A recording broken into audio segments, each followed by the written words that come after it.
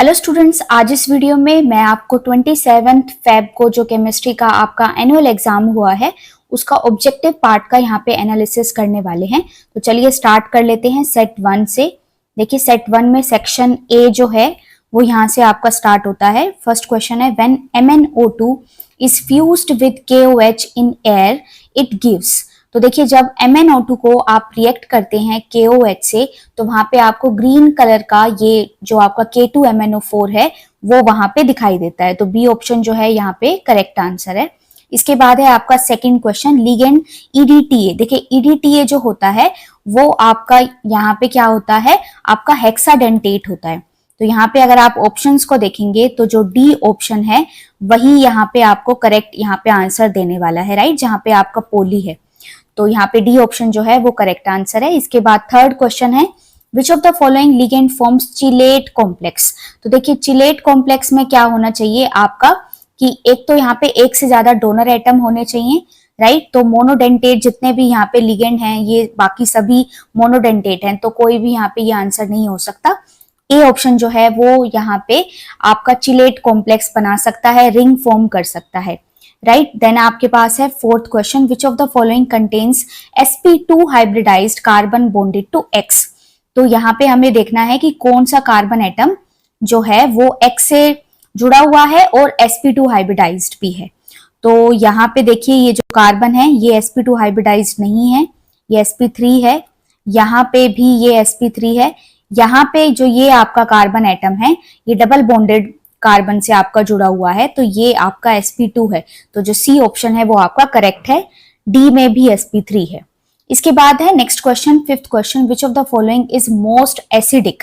तो अगर आप देखेंगे बाकी सब में इन दो ऑप्शन में आपके पास एल्काइल ग्रुप जो है वो लगा हुआ है यहाँ पे। अगर आप यहाँ पे H को यहाँ पे डोनेट करते हैं, राइट, और अगर यहाँ पे हम बात करें तो ये है आपका फिनोल, ये आपका यहाँ पे एसिडिक है, और यहाँ पे जो ये Cl है ये आपको प्लस आई इफेक्ट शो करेगा, राइट।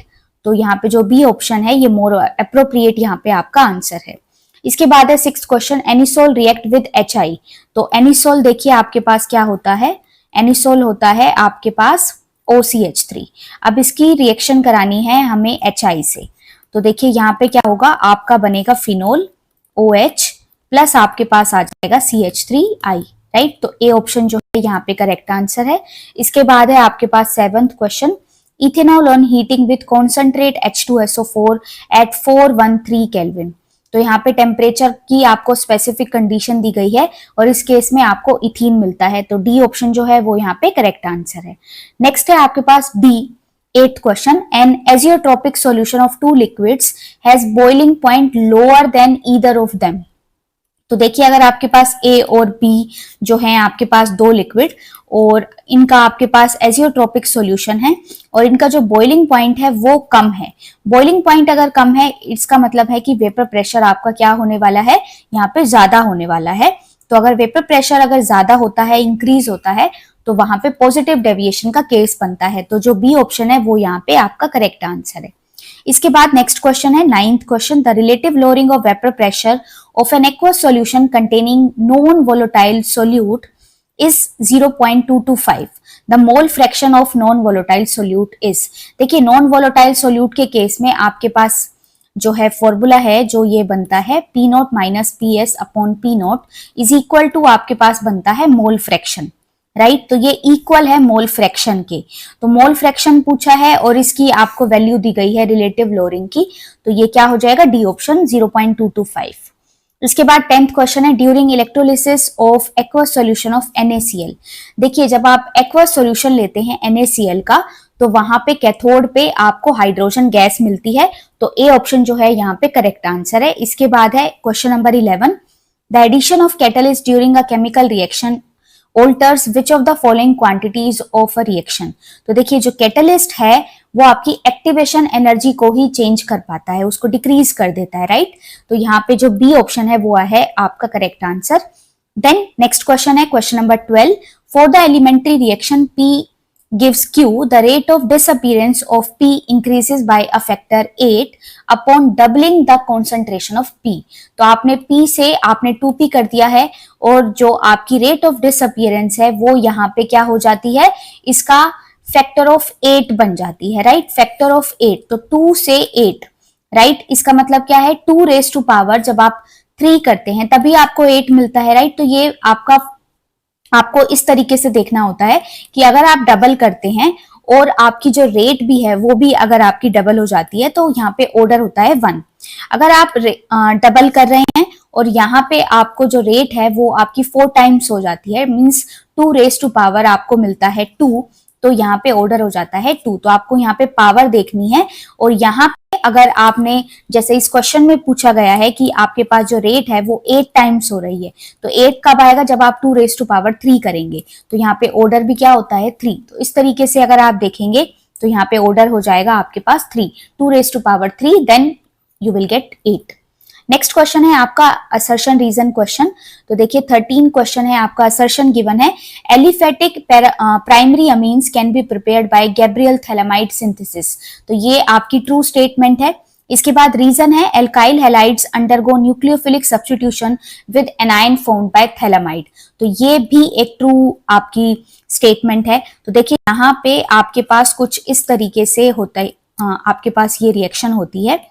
तो ये जो है ये आपका गैब्रियल थैलामाइड है और यहाँ पे अगर आप ARX लेते हैं तो यहाँ पे ये जो रिएक्शन है ये आपकी नहीं होती, राइट, ये रिएक्शन नहीं होती।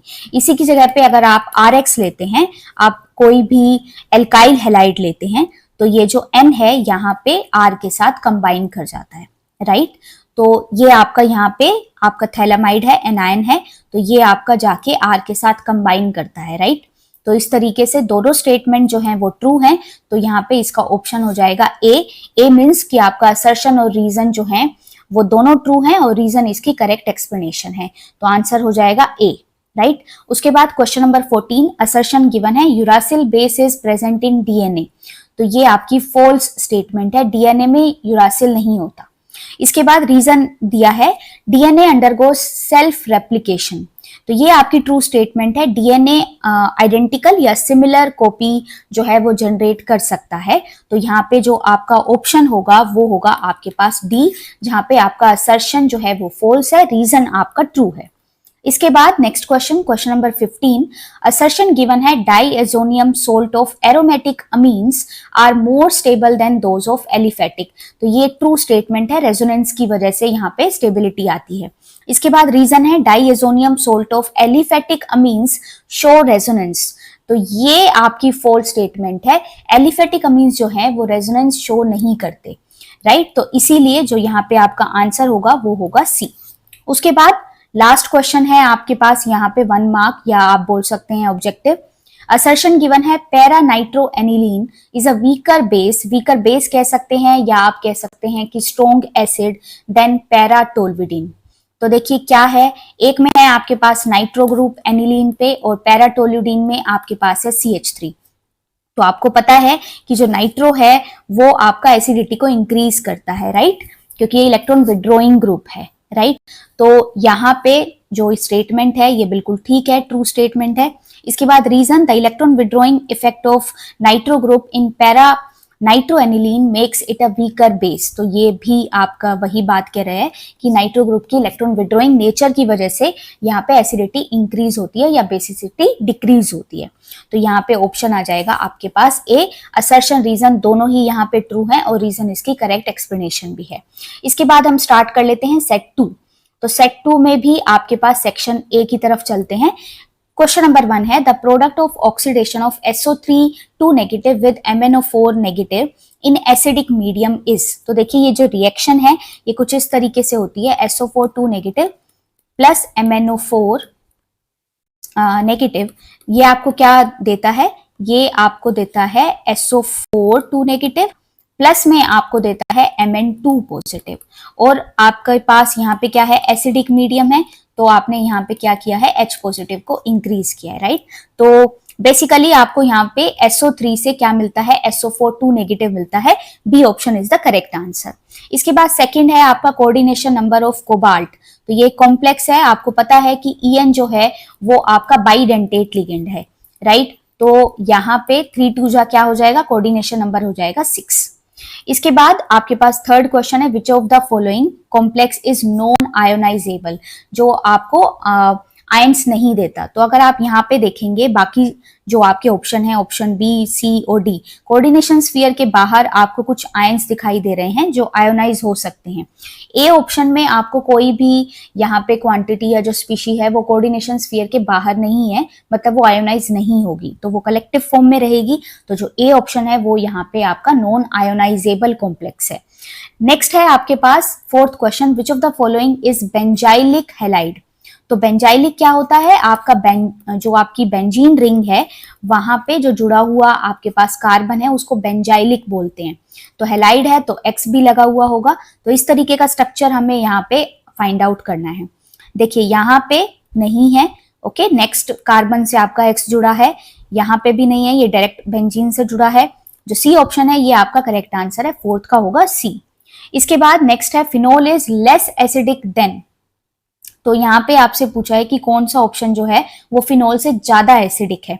तो अगर हम देखें बी सी डी में सभी में फिनोल है, राइट, लेकिन मिथाइल है, यहाँ पे मिथोक्सी है, यहाँ नाइट्रो है। नाइट्रो ग्रुप जो है ये फिनोल की एसिडिटी को इंक्रीज करेगा। मिथोक्सी और मिथाइल ये क्या है, ये दोनों जो है इलेक्ट्रॉन डोनेटिंग है, तो ये एसिडिटी को क्या करेंगे, डिक्रीज। तो इस तरीके से अगर हम देखें तो जो आपका बी ऑप्शन है वो आपको करेक्ट आंसर यहाँ पे देता है। इसके बाद है क्वेश्चन नंबर 6, जो आपको एक कंपाउंड दिया है और यहाँ पे HI से रिएक्शन। ऐसा ही सेम क्वेश्चन आपने ऊपर भी देखा है सेट 1 में एनिसोल के साथ। तो यहाँ पे देखिए जब आप इस रिएक्शन को करेंगे तो यहाँ पे आपको कार्बोकैटाइन की स्टेबिलिटी देखना है, राइट। कार्बोकैटाइन की जब आप स्टेबिलिटी देखेंगे तो यहाँ पे जो आपका ए ऑप्शन है वो आपको करेक्ट आंसर देगा। I will goes to this, okay, this carbocation tertiary, और जो आपका H है वो यहाँ पे क्या बना देगा, मीथेनॉल। नेक्स्ट है आपके पास question number 7, aspirin is formed by acetylation. तो एस्पिरिन जो है वो सैलिसिलिक एसिड के एसिटाइलेशन से आप फॉर्म कर सकते हैं। इसके बाद है question number 8, an azeotropic solution of two liquids has boiling point higher than. तो मैंने बताया आपको अगर बॉइलिंग पॉइंट आप इंक्रीज करते हैं तो मतलब वेपर प्रेशर क्या होगा, डिक्रीज, क्योंकि ये दोनों एक दूसरे के इनवर्सली प्रोपोर्शनल हैं। वेपर प्रेशर डिक्रीज होता है मतलब कि नेगेटिव डेविएशन शो करता है, राइट। तो 8th का हो जाएगा आपके पास सी। नेक्स्ट क्वेश्चन है, during electrolysis of aqueous CuCl2। तो इस केस में जो आपका कॉपर है वो आपका कैथोड पे आपका फॉर्म होगा। नेक्स्ट क्वेश्चन है question number 10, half life period of a first order reaction is 1386 seconds, the rate constant. देखिए हमें पता है कि जब आप टी हाफ निकालते हैं फर्स्ट ऑर्डर तो उसका रिलेशन है 0.693 अपॉन के। तो यहाँ पे हाफ लाइफ आपको दिया है जो है आपका 1386, ये है आपका 0.693 अपॉन के। तो के आपने निकालना है तो आपने क्या करना है, जब आप इसको डिवाइड करेंगे 0.693 को 1386 से, तो ये आपके पास आने वाला है 0.005 आने वाला है, राइट। तो इस तरीके से जो आपका ए ऑप्शन है वो आपका यहाँ पे करेक्ट आंसर होगा। नेक्स्ट क्वेश्चन है आपका question number 11, the relative lowering of vapour pressure of an aqueous solution containing non volatile solute is 0.225। तो ये सेट ए में भी आपका एग्जैक्ट क्वेश्चन है, डी आपका जो ऑप्शन है वो आपका करेक्ट आंसर है। Question number 12, the rate of reaction is this given by, and rate जो है वो आपकी ये है। तो ये ए पे भी डिपेंड कर रही है और आपके बी पे भी डिपेंड कर रही है, राइट। तो अब जो ऑप्शन है वो बोल रहा है the value of rate constant can be increased by. देखिए यहाँ पे पहले बोलता है by increasing the concentration of A, yes it will increase, by increasing the concentration of B, yes in this case also it will increase because it is depending upon the amount of your B or B2. Then C, increasing the temperature, obviously when you will increase the temperature rate constant or your rate will increase. So जो D option है वो यहाँ पे आपका appropriate answer है। आपने सभी options को ठीक से पढ़ना है। इसके बाद आपके असर्शन रीजन क्वेश्चन यहाँ पे स्टार्ट हो जाते हैं। क्वेश्चन नंबर 13 में असर्शन है आपका, aromatic primary amines can be prepared by Gabriel phthalimide synthesis. तो यहाँ पे आपने ध्यान देना है, एरोमेटिक को आप फॉर्म नहीं कर सकते, एलिफेटिक को कर सकते हैं। तो ये आपकी फॉल्स स्टेटमेंट है। रीजन है alkyl halide undergoes nucleophilic substitution with A9 formed by phthalimide. ये आपकी ट्रू स्टेटमेंट है। मैंने आपको पिछले सेट में इसकी रिएक्शन भी आपको लिख के बताई है। तो यहाँ पे जो इसका आंसर होगा वो होगा डी, जहाँ पे असर्शन फॉल्स है और आपका रीजन जो है वो करेक्ट स्टेटमेंट है। इसके बाद नेक्स्ट है क्वेश्चन नंबर 14। असर्शन है uracil base is present in RNA. ये बिल्कुल ठीक है, ट्रू स्टेटमेंट है। आरएनए अंडरगोज सेल्फ रेप्लिकेशन, ये फॉल्स है। आरएनए सेल्फ रेप्लिकेशन नहीं करता। तो यहाँ पे जो इसका आंसर होगा वो होगा सी, यहाँ पे असर्शन ट्रू है, रीजन फॉल्स है। इसके बाद question number 15। Diazonium salt of aliphatic amines are more stable. तो यहाँ पे आपने ध्यान देना है, एरोमेटिक जो है वो ज्यादा स्टेबल होते हैं रेजोनेंस की वजह से। तो रीजन आपको यहाँ पे ट्रू है और जो असर्शन है वो फॉल्स है। तो यहाँ पे भी जो आपका आंसर होगा वो होगा डी। लास्ट क्वेश्चन है इस सेट का।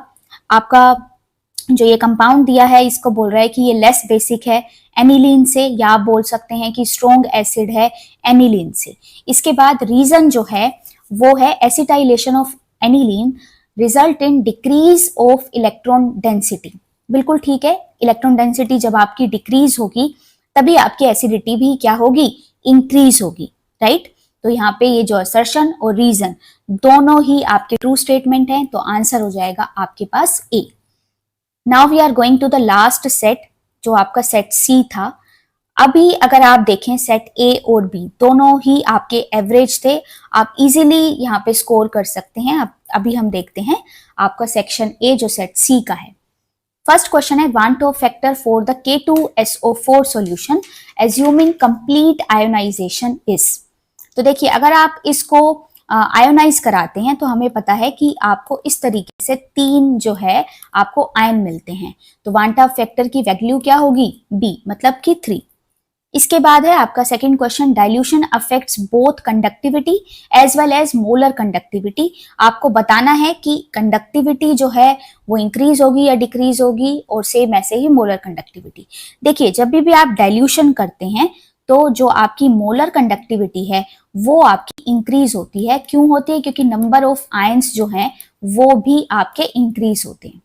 अब अगर हम बात करें कंडक्टिविटी की तो नंबर ऑफ आयंस तो इंक्रीज हो रहे हैं, लेकिन पर यूनिट वॉल्यूम की अगर हम बात करें तो वो जो नंबर है वो वहां पे डिक्रीज होता है पर यूनिट वॉल्यूम में, राइट। तो इसका जो डी आपका आंसर है वो होगा करेक्ट, कि कंडक्टिविटी डिक्रीज होती है लेकिन मोलर कंडक्टिविटी इंक्रीज होती है।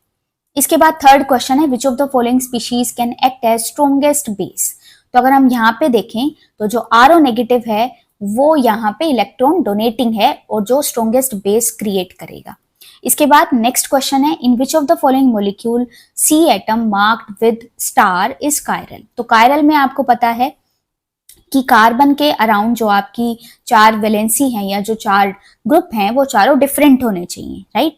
तो अगर हम ए में देखें चारों डिफरेंट हैं तो ये आपका कायरल होगा।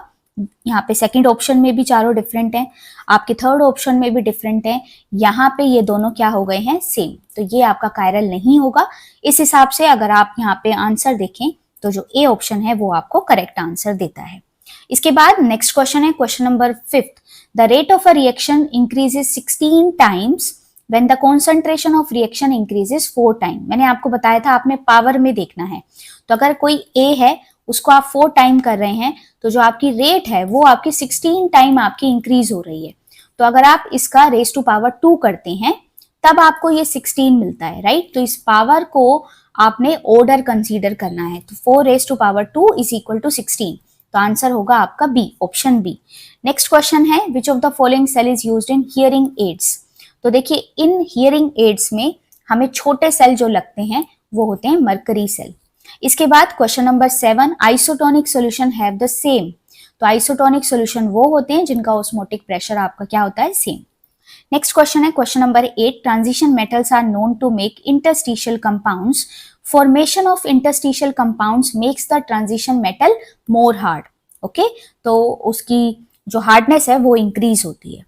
नेक्स्ट क्वेश्चन है question number 9 auto oxidation of chloroform in air and light produces a poisonous gas known as phosgene. तो वो जो पॉइजनस गैस है उसका नाम क्या है, फोस्जीन। नेक्स्ट क्वेश्चन है question number 10, out of the following alkenes the one which will produce tertiary butyl alcohol on acid catalysed hydration. तो यहाँ पे आपने क्या करना है, आपने टर्शरी ब्यूटाइल एल्कोहल बनाना है।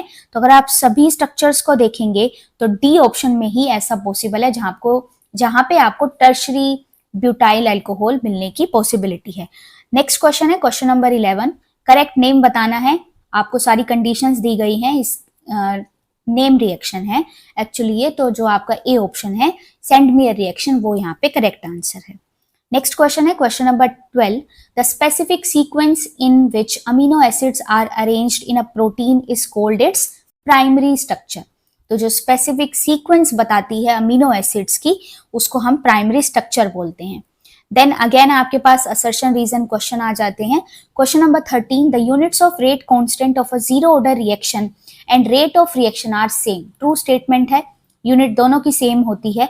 इसके बाद in zero order reaction rate of reaction is independent of concentration of reactant. ये भी आपकी क्या है, ट्रू स्टेटमेंट है। तो ए ऑप्शन जो होगा वो होगा correct. Next question question number 14, assertion है कि जिरकोनियम और हेफनियम जो है उनकी आपकी सिमिलर एटॉमिक रेडियाई है। तो हमें पता है कि ये 4D ट्रांजिशन सीरीज से है, ये 5D, लेकिन लेंथेनॉइड कॉन्ट्रैक्शन की वजह से यहाँ पे जो इनकी एटॉमिक रेडियस है वो ऑलमोस्ट सेम है, राइट। और तो ये ट्रू स्टेटमेंट है कि एटॉमिक रेडियस आपकी सिमिलर है। रीजन भी आपका ठीक है कि लेंथेनॉइड कॉन्ट्रैक्शन की वजह से है। तो ऑप्शन हो जाएगा आपके पास ए, असर्शन और रीजन दोनों ट्रू हैं और जो आपका रीजन है वो करेक्ट एक्सप्लेनेशन है। इसके बाद next question question number 15, assertion आपको दिया है पैरामिथॉक्सीफिनोल जो है is a strong acid than metamethoxyphenol. देखिए जो मिथॉक्सी ग्रुप है वो आपका इलेक्ट्रॉन डोनेटिंग ग्रुप है, राइट। इलेक्ट्रॉन डोनेटिंग ग्रुप है तो इसका मतलब क्या होगा कि एसिडिटी को डिक्रीज करेगा। अब अगर हम बात करें यहाँ पे कि आपका पैरा पोजीशन और मेटा पोजीशन, तो अगर पैरा की अगर हम बात करें तो पैरा पे जो है ये +R शो करता है, राइट। और मेटा पे जो है ये क्या करता है, एसिडिटी को इंक्रीज करता है, -I इफेक्ट शो करता है। तो ये जो स्टेटमेंट है आपकी कि ये स्ट्रोंगर एसिड है, ये फॉल्स स्टेटमेंट है। मेटा जो है वो आपका स्ट्रोंगर एसिड है। रीजन है methoxy group exerts +R effect at both ortho and para. तो ये बिल्कुल ठीक है क्योंकि इलेक्ट्रॉन डोनेटिंग है और इसी वजह से ऑर्थो और पैरा पे ये +R शो करेगा। तो ये आपकी ट्रू स्टेटमेंट है, ये आपकी फॉल्स स्टेटमेंट थी। तो इसीलिए जो डी ऑप्शन है वो आपका करेक्ट आंसर होगा। इसके बाद लास्ट क्वेश्चन है, असर्शन गिवन है इन्वर्जन ऑफ कॉन्फ़िगरेशन। देखिए इन्वर्जन ऑफ कॉन्फ़िगरेशन कहाँ होता है, SN2 मैकेनिज्म में, is observed when 1 bromobutane is hydrolysed. तो करेक्ट स्टेटमेंट है यहाँ पे कि जब आप SN2 करेंगे, ओके, 1 ब्रोमोब्यूटेन का, क्योंकि ये आपका 1 डिग्री है तो यहाँ पे आपका SN2 होगा या इन्वर्जन होगा। तो ये ट्रू स्टेटमेंट है। इसके बाद the reaction is SN2 and proceed with the formation of transition state. हमें ये भी पता है कि SN2 में आपकी ट्रांजिशन स्टेट फॉर्म होती है। दोनों ट्रू स्टेटमेंट है, इसीलिए जो यहाँ पे आपका ऑप्शन होगा वो होगा ए। तो इस तरीके से हमने तीनों सेट के जो आपके ऑब्जेक्टिव क्वेश्चन है वो यहाँ पे डिस्कस किए हैं। तो अकॉर्डिंग टू मी जो आपके तीनों सेट हैं यहाँ पे जो मैंने आपको सोल्व करवाए हैं वो तीनों सेट जो हैं वो आपके एवरेज, जो अगर मैं बात कहूँ लेवल के हैं, तो आप इजीली यहाँ पे स्कोर कर सकते हैं, राइट। तो आपको इस तरीके की वीडियोस अगर देखनी है तो काइंडली आप लाइक शेयर करें और सब्सक्राइब करें मेरे चैनल को। Thanks for watching.